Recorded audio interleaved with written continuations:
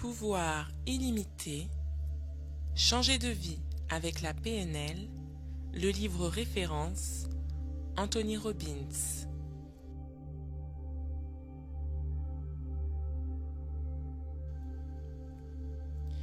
Si un individu produit un résultat que nous voulons imiter, savoir qu'il a formé telle image mentale et qu'il s'est dit telle phrase ne suffit pas. Nous avons besoin d'outils plus affûtés pour accéder véritablement à ce qui se passe dans son esprit. C'est là qu'interviennent les sous-modalités. Elles sont les qualités exactes des éléments requis pour obtenir un résultat. Ce sont les parties les plus petites et les plus précises qui composent la structure de l'expérience humaine. Pour être en mesure de comprendre et de contrôler une expérience visuelle, nous devons en savoir plus sur l'objet qui la provoque. Nous devons savoir s'il est clair ou foncé, noir, blanc ou coloré, mobile ou fixe. De la même façon, nous avons besoin de savoir si une communication sonore est forte ou faible, proche ou éloignée, sourde ou timbrée. Voici une liste de sous-modalités. Page 124. Liste de sous-modalités possibles. Première catégorie, liste des sous-modalités visuelles. Petit 1. Image qui défile ou vue fixe. Petit 2. Panoramique ou encadré, entre parenthèses, si encadré, format du cadre. Petit 3. Couleur ou noir et blanc. Petit 4. Luminosité. Petit 5. Taille de l'image, entre parenthèses, grandeur nature, plus grand, plus petite. Petit 6. Taille de l'objet central. Petit 7. Je figure ou non dans l'image. Petit 8. Distance entre l'image et moi. Petit 9. Distance entre l'objet central et moi. Petit 10. En 3 dimensions. Petit 11. Intensité de la couleur, entre parenthèses, ou du noir et blanc. Petit 12. Degré du contraste. Petit 13. Mouvement ou non, entre parenthèses si oui, rapide ou lent. Petit 14. Net ou flou, entre parenthèses, et quels éléments. Petit 15. Netteté intermittente ou permanente. Petit 16. Nombre d'images, entre parenthèses, passage de l'une à l'autre. Petit 17. Le lieu. Exemple des sous-modalités visuelles qui semblent avoir le plus d'effet sur la plupart des individus. Deuxième catégorie, liste de sous-modalités sonores. Petit 1. Le volume. Petit 2. La cadence, entre parenthèses, interruption, série. Petit 3. Le rythme, régulier ou non. Petit 4. Inflexion, entre parenthèses, mots appuyés et comment. Petit 5. Le tempo. Petit 6. La pause. Petit 7. La tonalité. Petit 8. Le timbre. Entre parenthèses, le type, origine de la résonance. Petit 9, caractéristiques du son. Entre parenthèses, rauque, suave, etc. Petit 10, déplacement du son dans l'espace.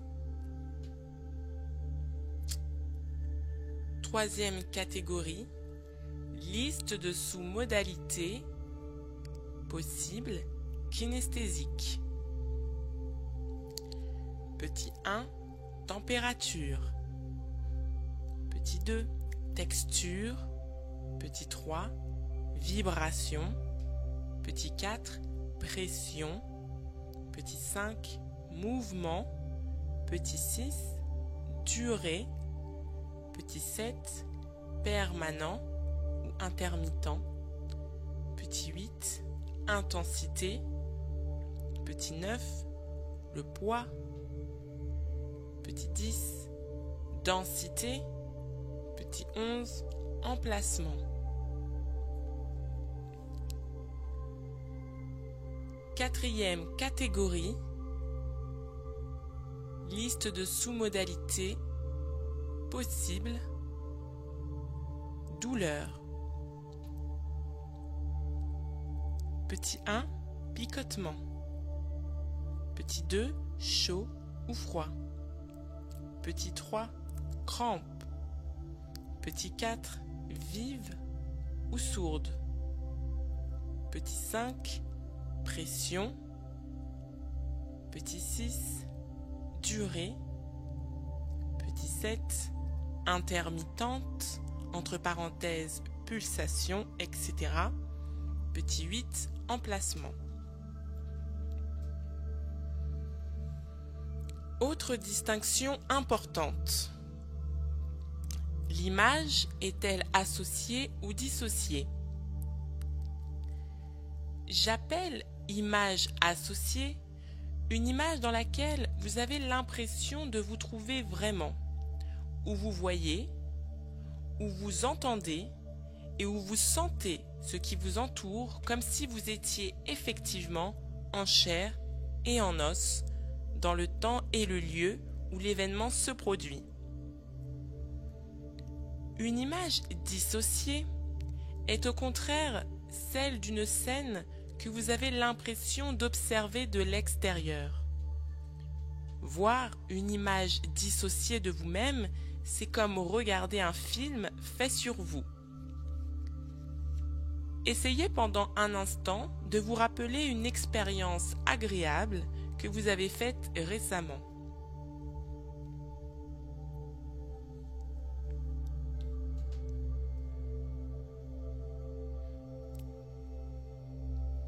Essayez en fait d'entrer dans cette expérience.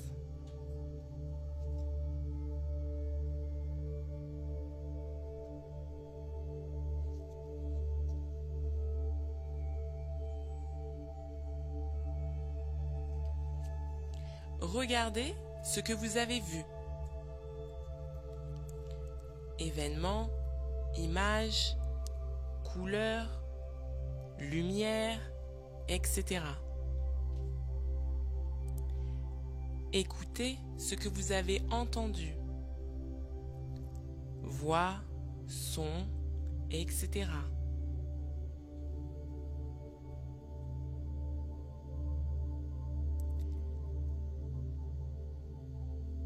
Éprouvez ce que vous avez ressenti. Émotion, température, etc.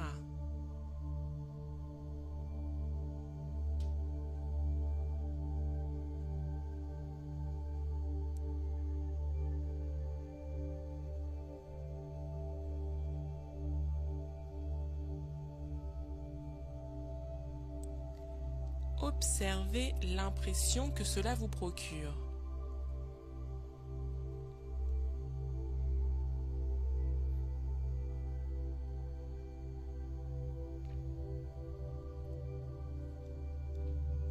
Sortez maintenant de votre corps et sentez que vous êtes en train de vous éloigner de la scène mais que vous vous placez à un endroit d'où vous pouvez toujours vous observer.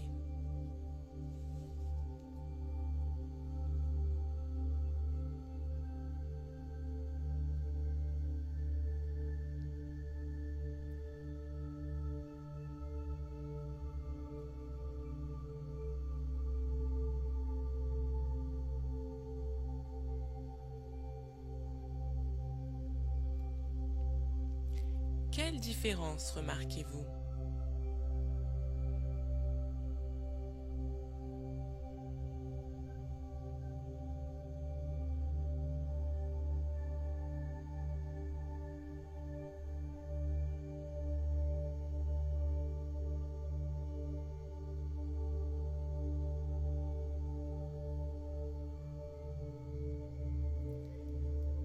Dans quel cas les sensations étaient-elles les plus vives?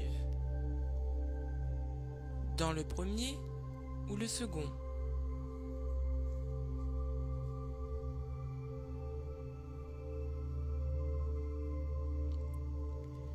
Vous connaissez maintenant la différence entre une expérience associée et une expérience dissociée.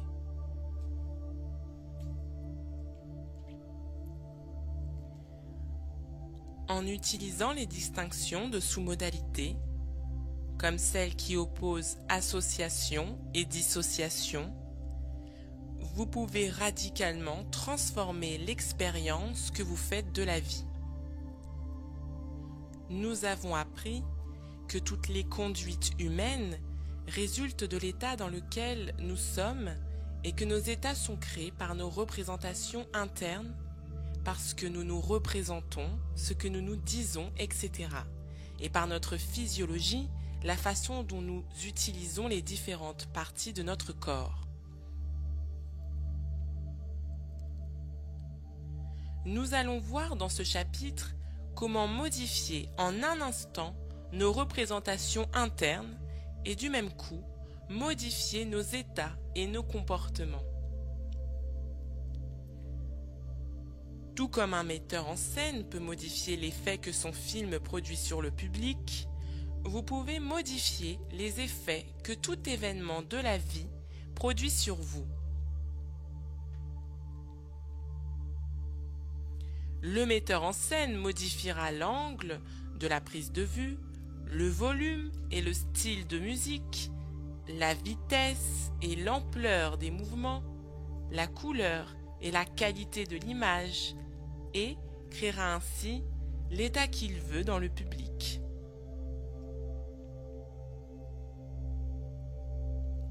Vous pouvez diriger votre cerveau de la même façon afin d'engendrer les états et les comportements qui contribuent à vos besoins les plus chers. Et je vais vous montrer comment.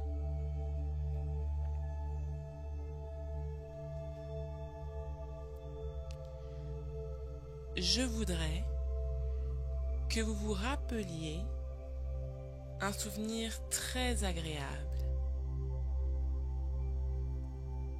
Ce peut être un souvenir ancien ou récent.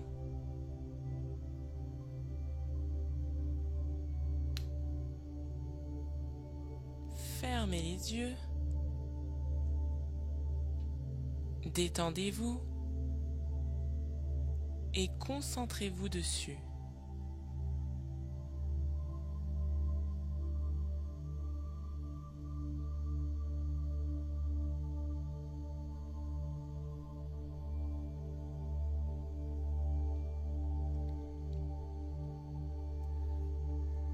Essayez maintenant de rendre cette image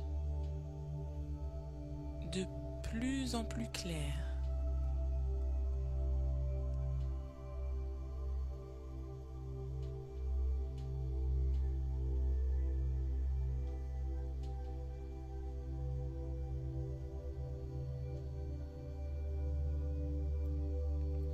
Au fur et à mesure que l'image s'éclaircit, notez les transformations de votre état.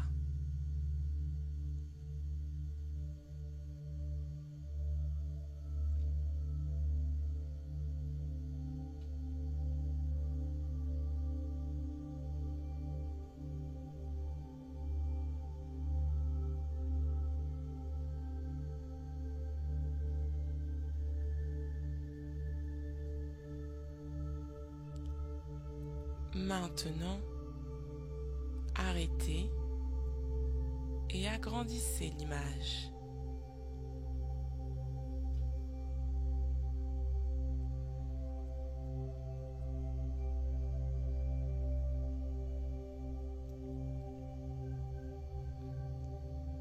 Que se passe-t-il quand vous agissez sur elle?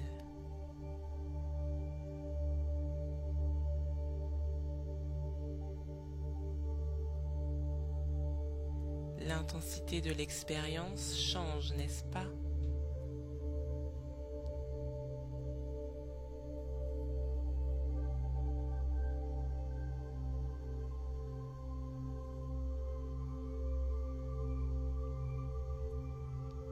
Chez la plupart des gens, éclaircir, agrandir et rapprocher une image la rendent plus puissante et plus agréable.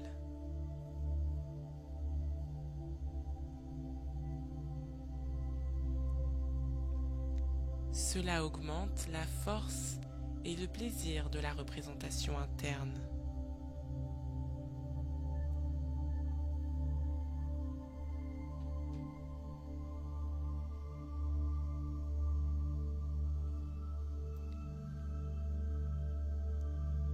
Cela vous met dans un état de puissance et de joie plus grande.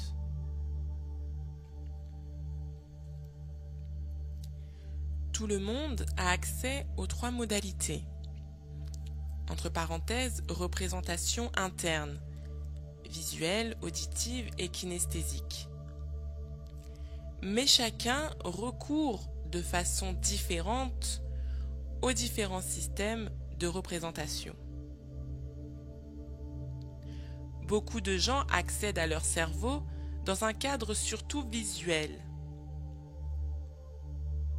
C'est ce que nous avons fait dans l'expérience précédente.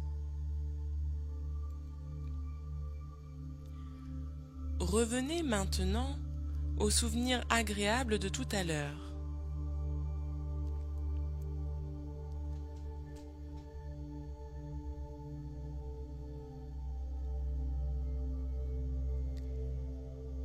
Augmentez le volume des voix et des sons que vous entendez.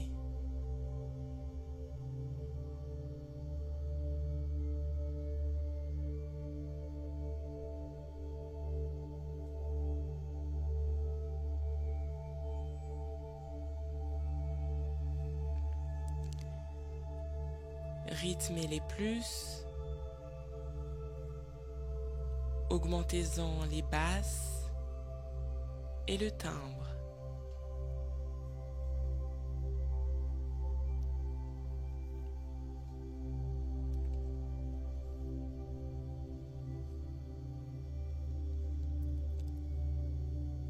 Faites ensuite de même avec les sous-modalités kinesthésiques. Rendez votre souvenir plus chaud, plus mou, plus doux que précédemment.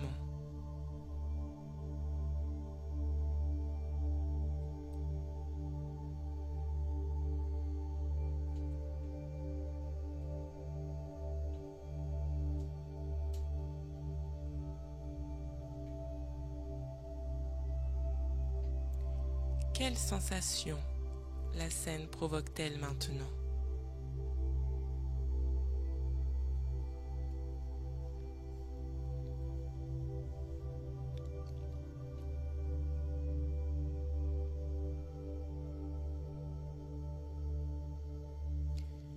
Tout le monde ne répond pas de la même façon. Les éléments kinesthésiques, en particulier, provoquent des réactions différentes selon les individus. Mais, pour la plupart d'entre nous, éclaircir et agrandir une image la renforce. Cela donne à la représentation interne plus d'intensité, plus d'attrait et surtout, cela met dans un état plus constructif, plus fécond. Lorsque je fais faire ces exercices lors de mes séminaires, je réussis à voir exactement ce qui se produit dans l'esprit des gens en observant les modifications de leur physiologie. Leur respiration devient plus profonde, leurs épaules s'élargissent, leur voix se détend, leur corps tout entier semble plus alerte.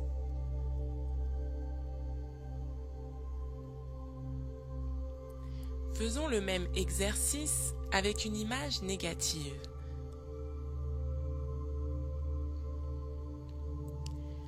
Réfléchissez à une scène pénible et douloureuse.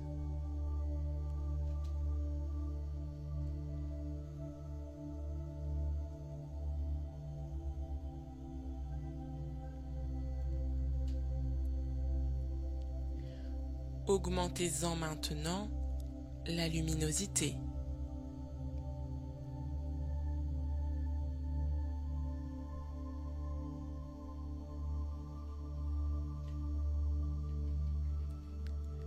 Rapprochez-la de vous. Agrandissez-la.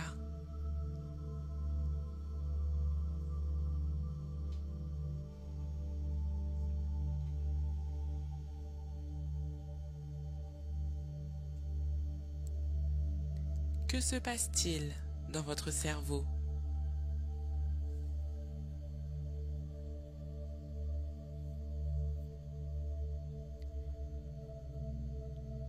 La plupart des gens constatent que leur état négatif a empiré.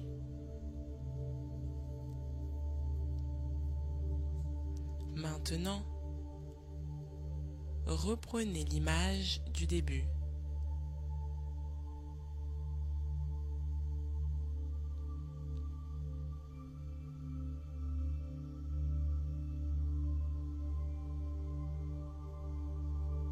Que se passe-t-il si vous l'assombrissez, si vous en diminuez la taille et l'éloignez de vous?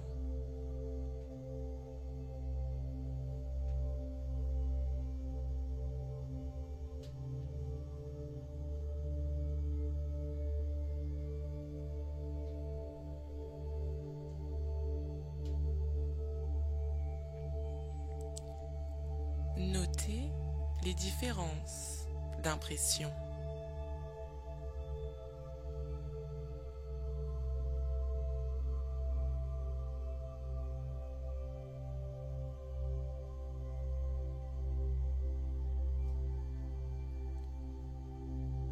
Vous constaterez que les sensations négatives ont perdu de leur intensité.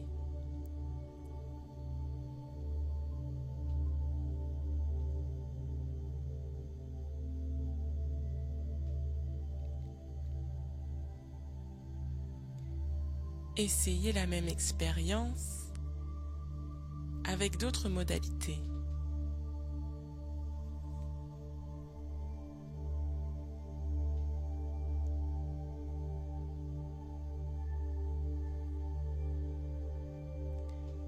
Écoutez votre voix intérieure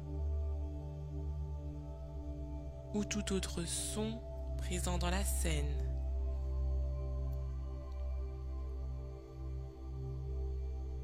Et donnez-lui un ton élevé, martelé.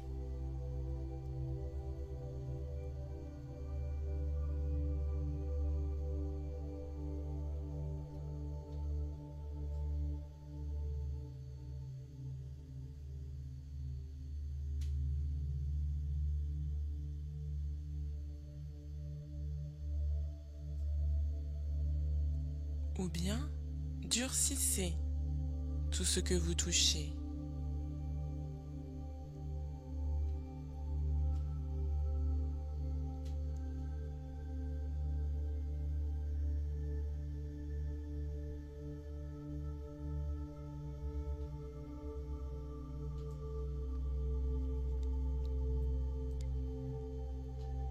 il est vraisemblable que la même chose va se reproduire.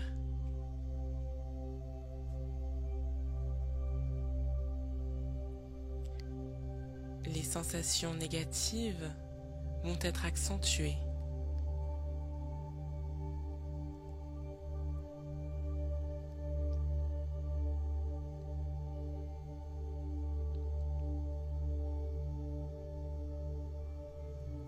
Je le répète, mais je ne veux pas que vous considériez ces exercices d'un point de vue théorique. Je souhaite que vous les exécutiez en vous concentrant et en notant soigneusement les modalités et sous-modalités qui ont le plus de pouvoir sur vous.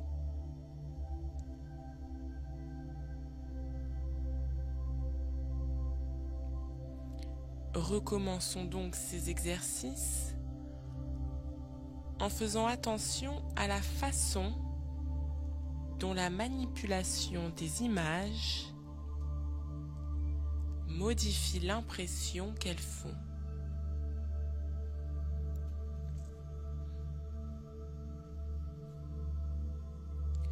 Reprenez l'image négative précédente et rétrécissez-la.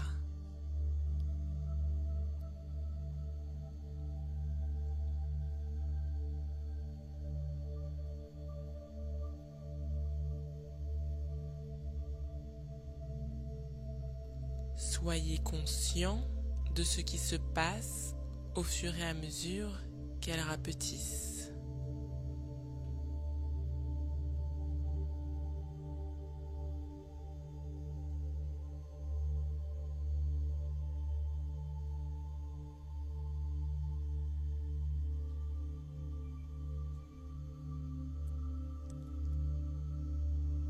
Maintenant, rendez-la plus floue.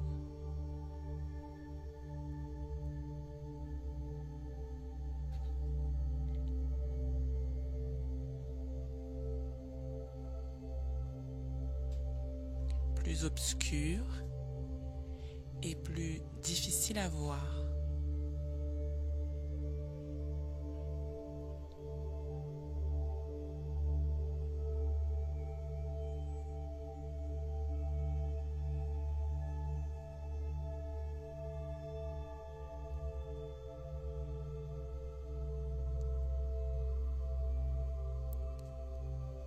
Puis, éloignez-la de vous. Repoussez-la jusqu'à ce que vous la voyiez à peine.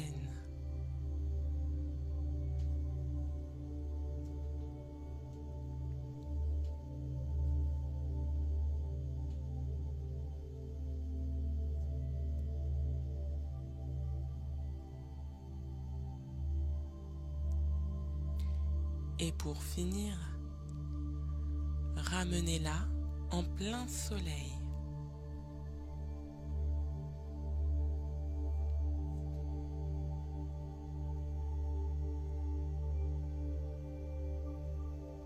Notez ce que vous entendez, voyez et ressentez au fur et à mesure qu'elle disparaît.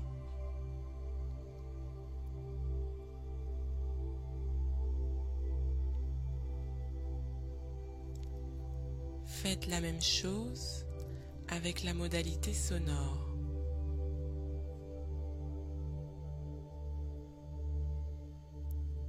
Diminuez le volume des voix que vous entendez.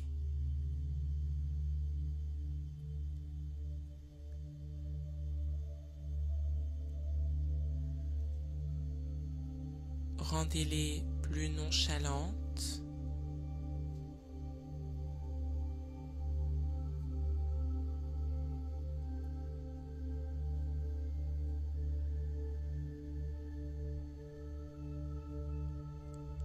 Ôtez-leur leur rythme et leur vigueur.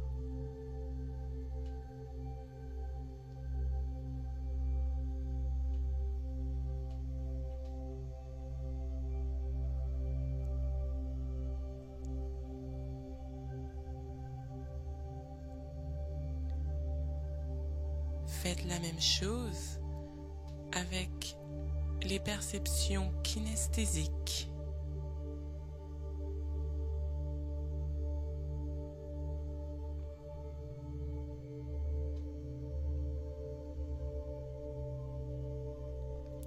Qu'arrive-t-il à l'image négative?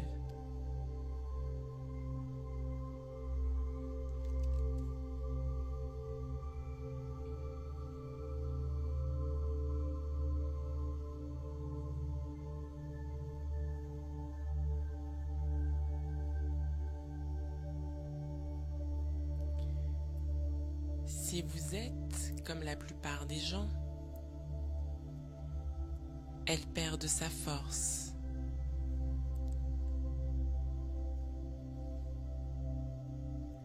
Elle devient moins intense, moins douloureuse, ou même disparaît.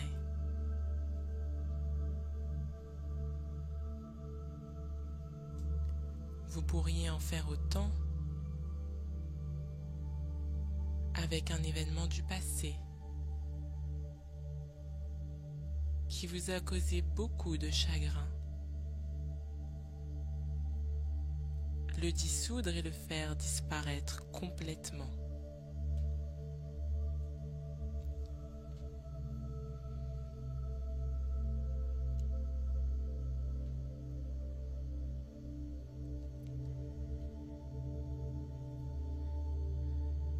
Je pense que vous voyez, à partir de cette petite expérience, la force que peut avoir cette technique.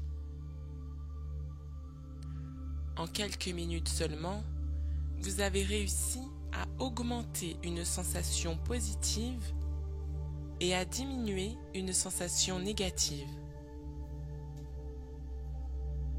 Dans le passé, vous étiez à la merci de vos représentations internes.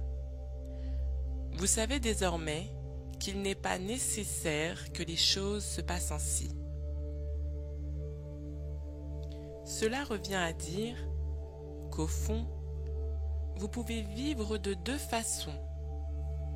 Ou bien laisser votre cerveau vous diriger, comme il le faisait dans le passé, le laisser vous projeter n'importe quelle image, son ou sensation, et réagir automatiquement comme un véritable chien de Pavlov, ou bien choisir de diriger consciemment votre cerveau, lui donner les directives que vous désirez lui donner, débarrasser les images négatives de leur force, vous les représenter d'une manière qui ne vous affaiblisse plus, d'une manière qui vous permette de les manier efficacement.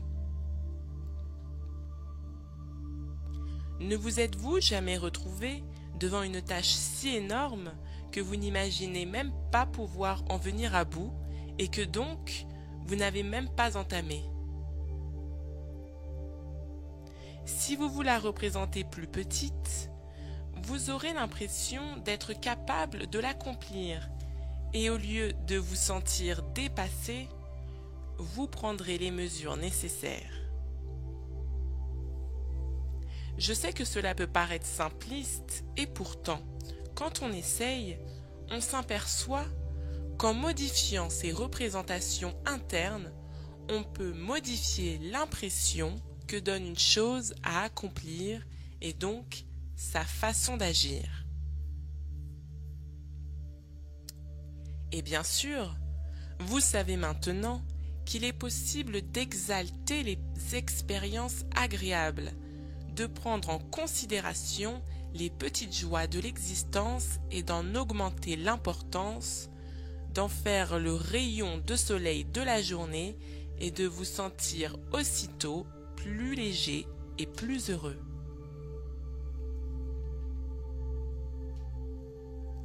Nous disposons là du moyen de donner plus de piment, d'attrait et de gaieté à la vie. Rien n'est bon ni mauvais, mais y penser le rend ainsi. Shakespeare.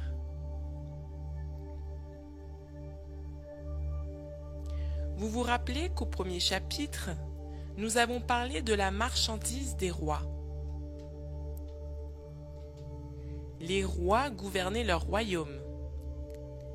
Eh bien, votre royaume, c'est votre cerveau.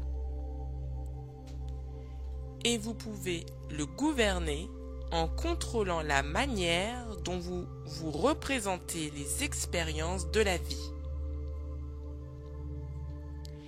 Toutes les sous-modalités dont nous avons parlé disent au cerveau ce qu'il doit ressentir. Rappelez-vous en effet ceci. Nous ne savons pas exactement de quoi est réellement faite la vie. Nous ne connaissons que la représentation que nous nous en faisons. Si donc nous nous représentons une image négative sous une forme volumineuse, claire, puissante et sonore, notre cerveau nous fera ressentir une mauvaise expérience extrêmement volumineuse, claire, puissante et sonore. Mais si nous rétrécissons cette image, l'obscurcissons, l'immobilisons, nous lui ôterons sa force et le cerveau réagira en conséquence. Au lieu de nous mettre dans un état négatif, il suffit de hausser les épaules et de traiter cette image sans la laisser nous bouleverser.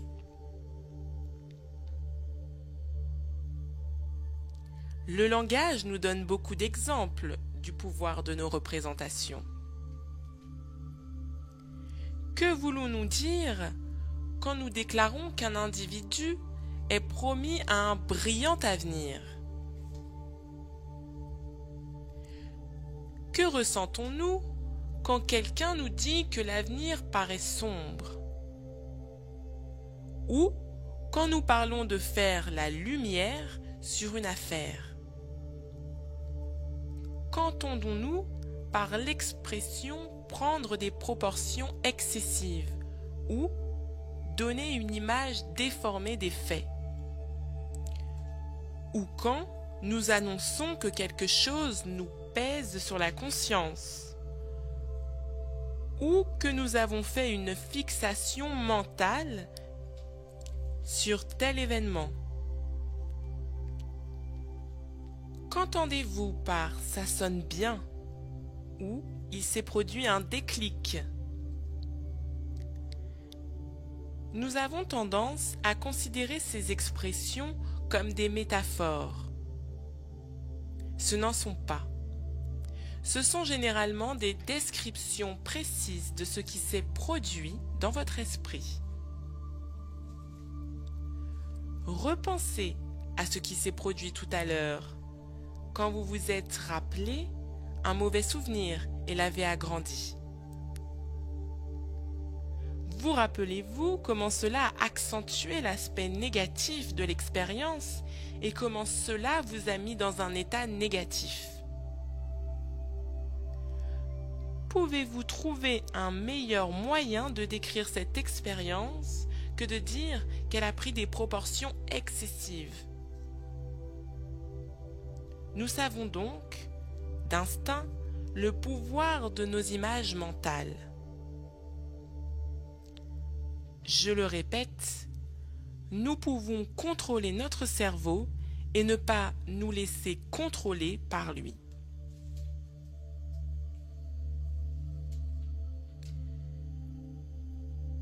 Voici un exercice simple qui pourra aider beaucoup de gens.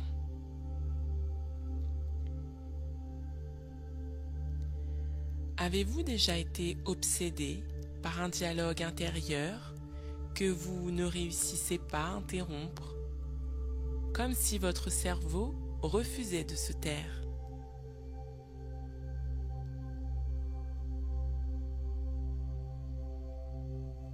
Si cela vous arrive encore, essayez simplement de baisser le volume.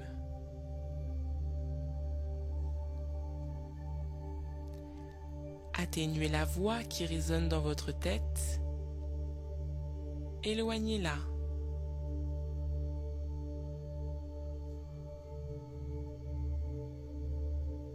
Cela suffit souvent pour régler le problème.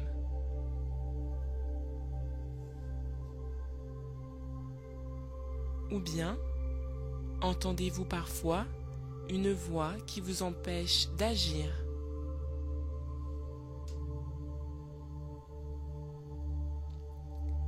Laissez-la désormais dire la même chose. Mais donnez-lui un ton enjôleur, presque câlin. Mais non, tu ne peux pas faire ça.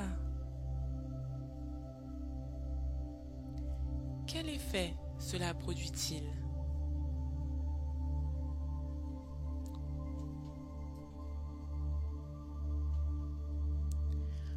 En principe, vous allez avoir très envie de faire ce que la voix vous interdit de faire.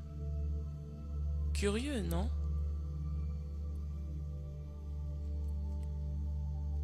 Passons à un autre exercice. Cette fois-ci, pensez à quelque chose que vous étiez très désireux de faire.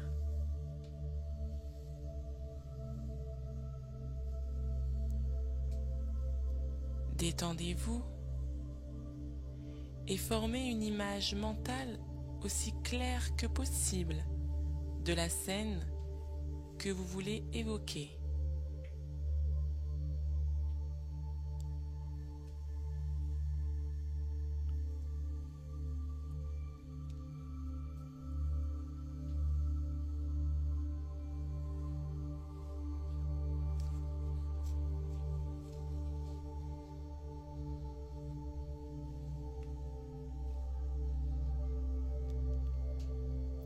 Prenez votre temps et répondez à mes questions une par une.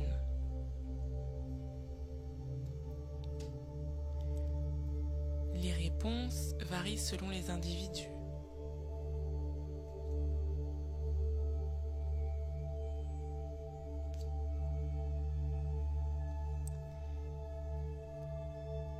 Voyez-vous la scène comme un film ou comme une vue fixe?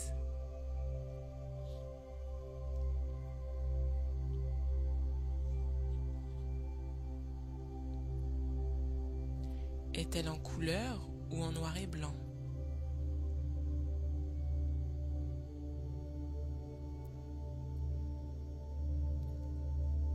Est-elle proche ou éloignée?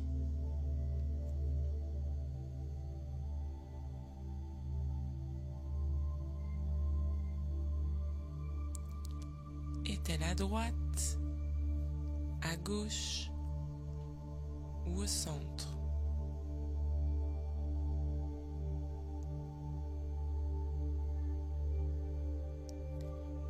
Est-elle dans le haut, le bas ou le milieu de votre champ de vision?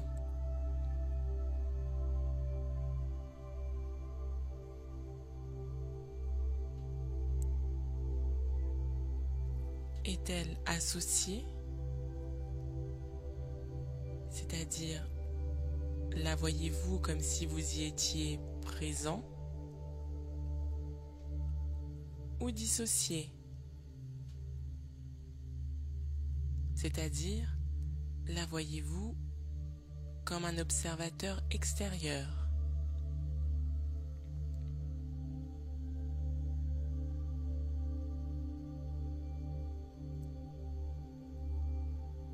Est-elle encadrée?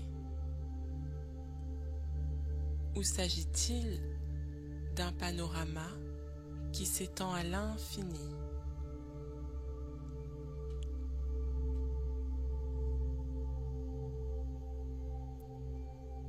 Est-elle claire ou sombre?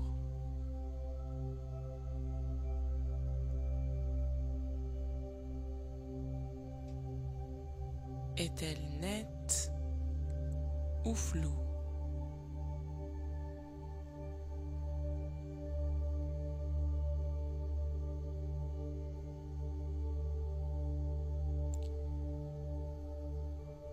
Tout en faisant cet exercice, notez les sous-modalités qui se manifestent avec le plus d'intensité.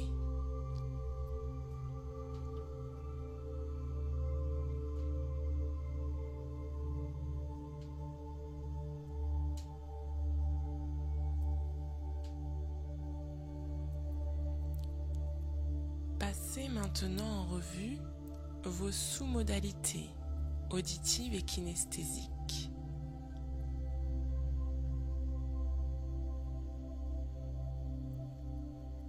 Quand vous écoutez ce qui se passe, entendez-vous votre propre voix ou les voix des autres personnes présentes?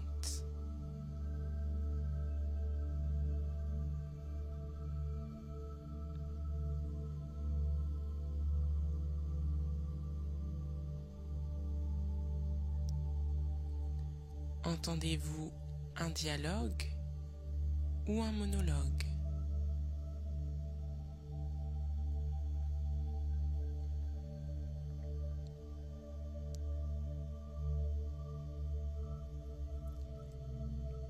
Les sons que vous entendez sont-ils forts ou faibles?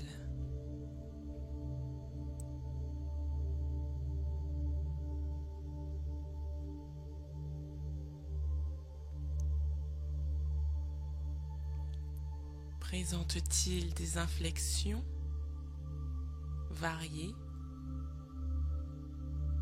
ou sont-ils monocordes?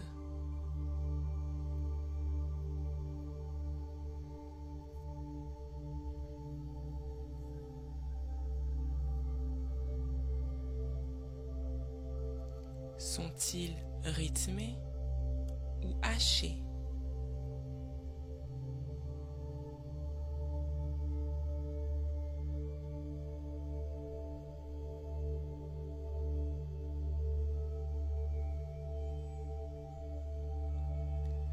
Le rythme est-il rapide ou lent?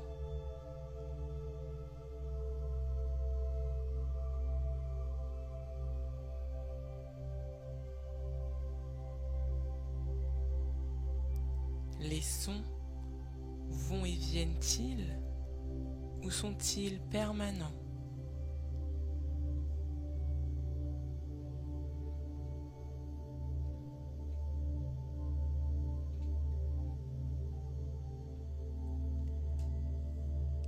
Quelle est la phrase principale que vous entendez ou que vous vous dites à vous-même?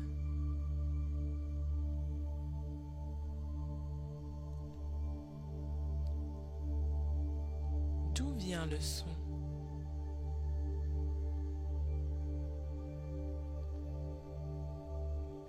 Quand vous touchez, est-ce dur ou mou?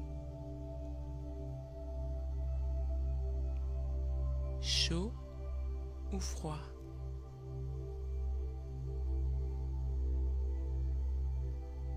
Rugueux ou lisse?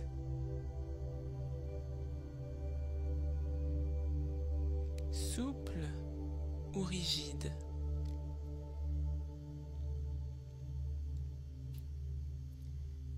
Solide ou liquide?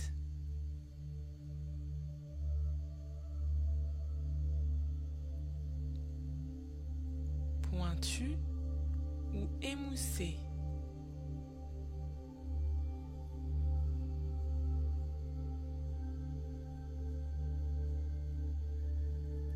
Sur quelle partie de votre corps s'exerce la sensation?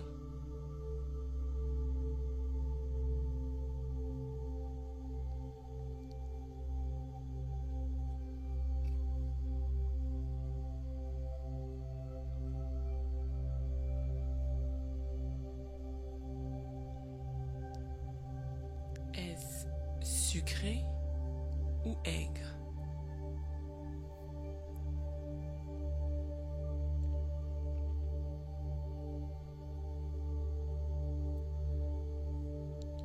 Au début, Vous aurez peut-être des difficultés à répondre à certaines de ces questions. Si par exemple, vous avez tendance à former vos représentations internes sous forme kinesthésique, vous allez vous dire que vous ne voyez pas d'image. Sachez cependant que c'est une croyance et que tant que vous vous y tiendrez, elle sera vraie.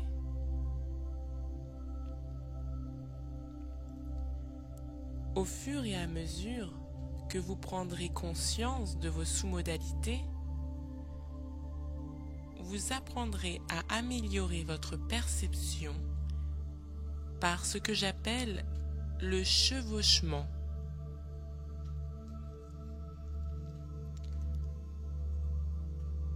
En attendant, si vous êtes surtout auditif, par exemple, mieux vaut commencer par vous accrocher à tous les souvenirs sonores que vous avez de la scène.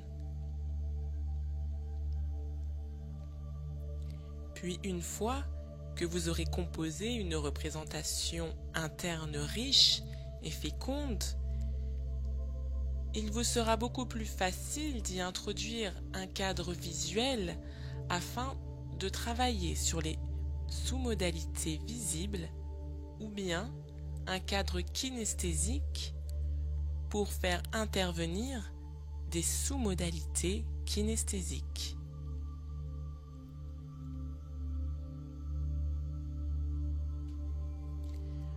Vous venez donc de voir la structure d'une scène où vous étiez très motivé pour agir. Imaginez maintenant une action pour laquelle vous désiriez être très motivé alors que ça n'a pas été le cas jusqu'à présent.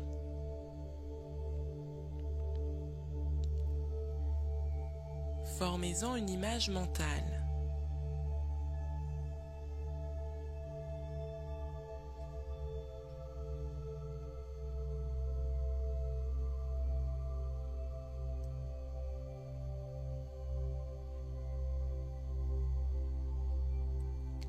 Posez-vous ensuite les mêmes questions que plus haut, en prenant soin de noter en quoi les réponses diffèrent des réponses précédentes.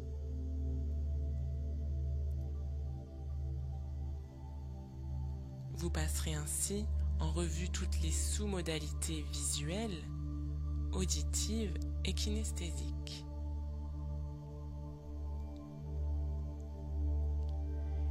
Quand vous écoutez ce qui se passe, entendez-vous votre propre voix ou les voix des autres personnes présentes?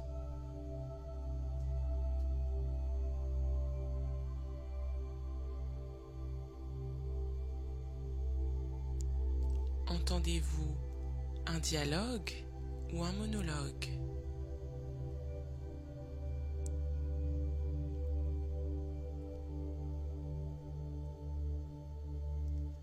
Les sons que vous entendez sont-ils forts ou faibles?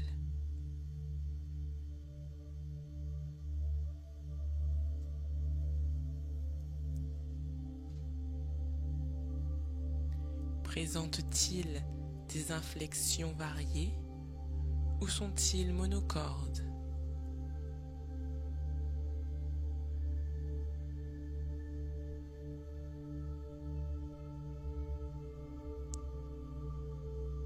Sont-ils rythmés ou hachés?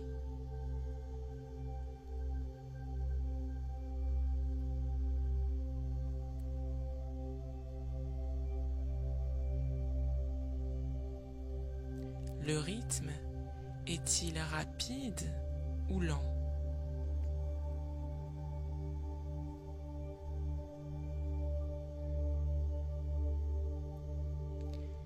Les sons vont et viennent-ils ou sont-ils permanents?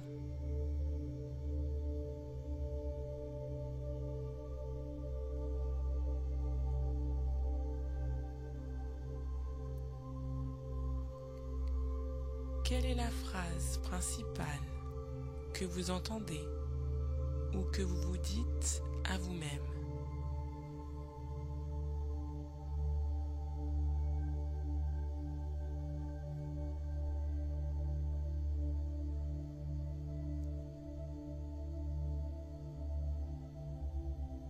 D'où vient le son?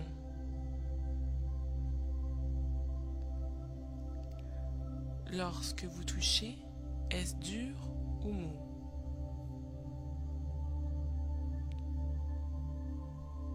Chaud ou froid?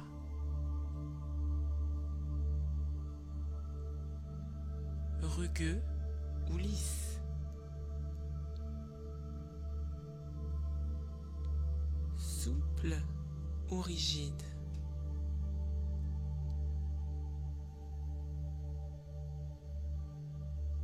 Solide ou liquide?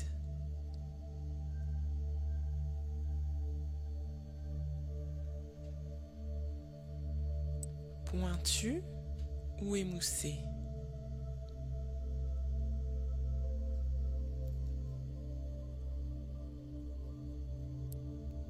Sur quelle partie de votre corps s'exerce la sensation?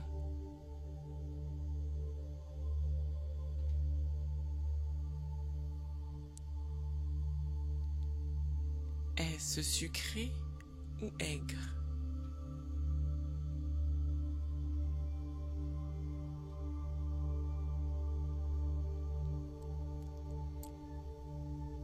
Revenez maintenant à l'expérience pour laquelle vous étiez très motivé. Appelons-la l'expérience 1.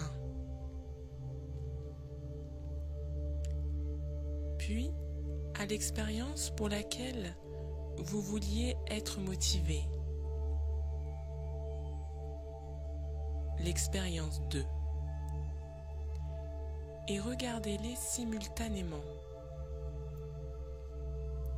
Ce n'est pas difficile. Imaginez votre cerveau comme un écran de télévision coupé en deux.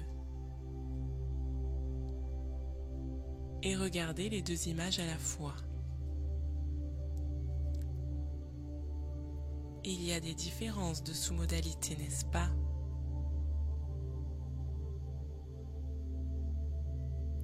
C'est facile à prévoir puisque des représentations différentes produisent des effets différents sur le système nerveux.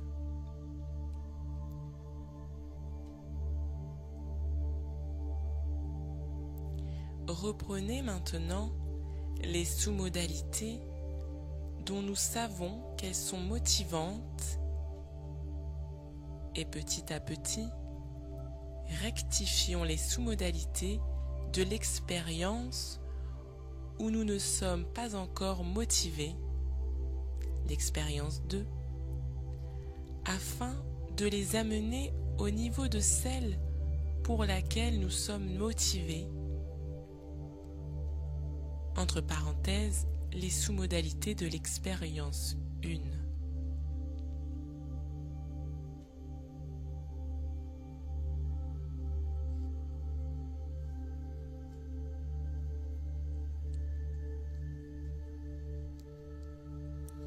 Les différences varient d'un individu à l'autre.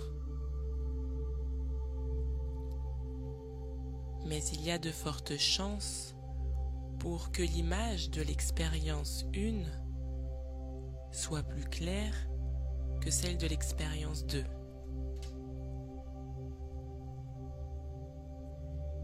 Elle sera également plus audible et plus rapprochée.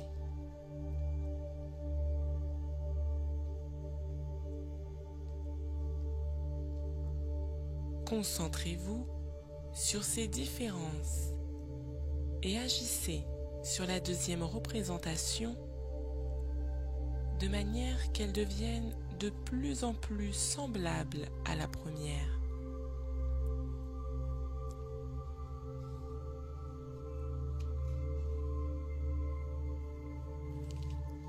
N'oubliez pas de faire de même pour les représentations auditives et kinesthésiques. Allez-y.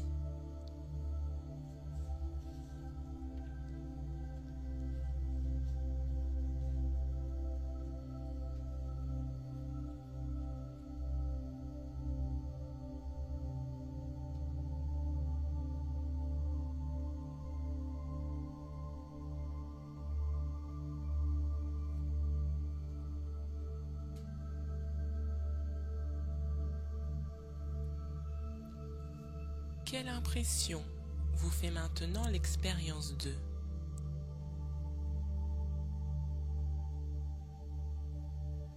Êtes-vous plus motivé?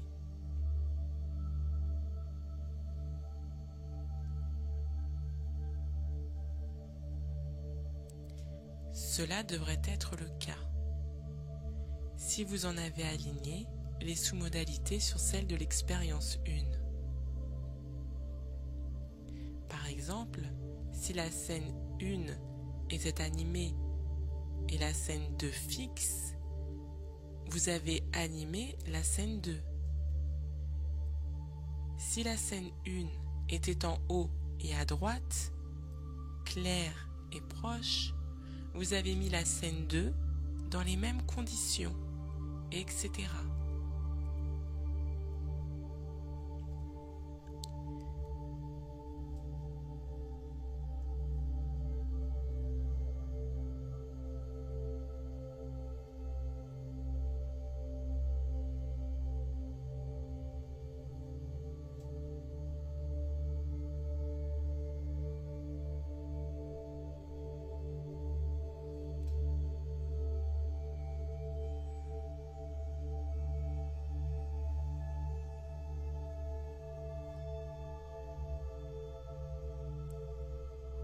Cet exercice surprend parfois.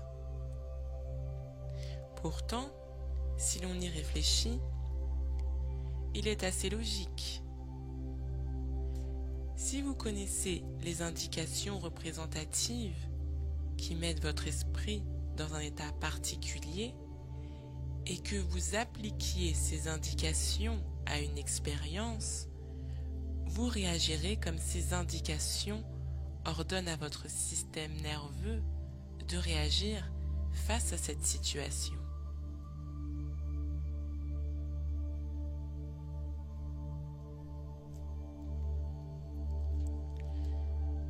Rappelez-vous que les mêmes représentations internes créent les mêmes états, les mêmes sensations, et les mêmes sensations déclenchent les mêmes actions. C'est pourquoi, si vous réussissez à savoir ce qui vous motive pour entreprendre telle action, vous saurez exactement quoi faire pour vous sentir motivé en toutes circonstances. Et à partir de cet état de motivation, vous pourrez agir efficacement. Il est important de noter que certaines sous-modalités essentielles nous affectent plus que d'autres. Par exemple, j'ai demandé un jour à un homme avec qui je travaillais quelles étaient les sous-modalités qui le motivaient le plus. La plupart des sous-modalités visuelles ne semblaient pas l'affecter beaucoup. En revanche, les mots et le ton de la voix qu'il employait pour se parler à lui-même jouaient un rôle considérable. En outre, quand il était motivé, il sentait une tension dans ses biceps. Par contre, quand il n'était pas motivé ou qu'il était fâché, il éprouvait une tension dans la mâchoire et son ton de voix changeait complètement. En modifiant seulement ces deux sous-modalités, je pouvais le faire passer instantanément d'un état de contrariété et de désintérêt à un état de motivation. On peut faire la même chose avec la nourriture. Une femme adorait le chocolat à cause de sa texture, de son aspect lisse et crémeux, mais elle détestait les raisins parce que les pépins croquaient sous la dent. Il m'a suffi de lui demander d'imaginer qu'elle mangeait un grain de raisin doucement, qu'elle le mordait lentement et qu'elle en sentait la texture en le faisant tourner dans sa bouche. Je lui ai également demandé de décrire le processus. Ayant fait cela, elle se mit aussitôt à apprécier le raisin et continue depuis à l'aimer. Quand on est comme moi, ce que j'ai appelé un imitateur, on est toujours curieux de savoir comment les gens font pour obtenir tel résultat, mental ou physique. Les gens qui viennent me voir pour me demander conseil me disent « Je suis complètement déprimé ». Je ne leur demande ni pourquoi ils sont déprimés, ni de me représenter et de se représenter à eux-mêmes les raisons de leur dépression. Cela ne ferait que les plonger dans un état de dépression plus profond. Je ne veux pas savoir le pourquoi de leur malaise, mais son comment. Je leur demande donc « Comment vous y prenez-vous » J'ai droit généralement à un regard étonné, parce que la personne ne se rend pas compte qu'elle doit faire un certain nombre de choses dans son esprit et dans son corps pour être déprimée. Je lui demande alors « Si j'étais dans votre corps, comment ferais-je pour me sentir déprimée ? Qu'est-ce que j'imaginerais ? Qu'est-ce que je me dirais ? Comment le dirais-je ? Sur quel ton le dirais-je ? » Ces processus provoquent en effet des réactions mentales et physiques spécifiques et produisent donc des effets affectifs particuliers. Si vous modifiez la structure du procédé, il peut se transformer en autre chose, en un état différent de celui de dépression. Une fois que vous savez consciemment comment vous faites certaines choses, vous pouvez commencer à faire marcher vous-même votre cerveau et à créer les états qui vous aident à vivre de la manière que vous désirez et que vous méritez.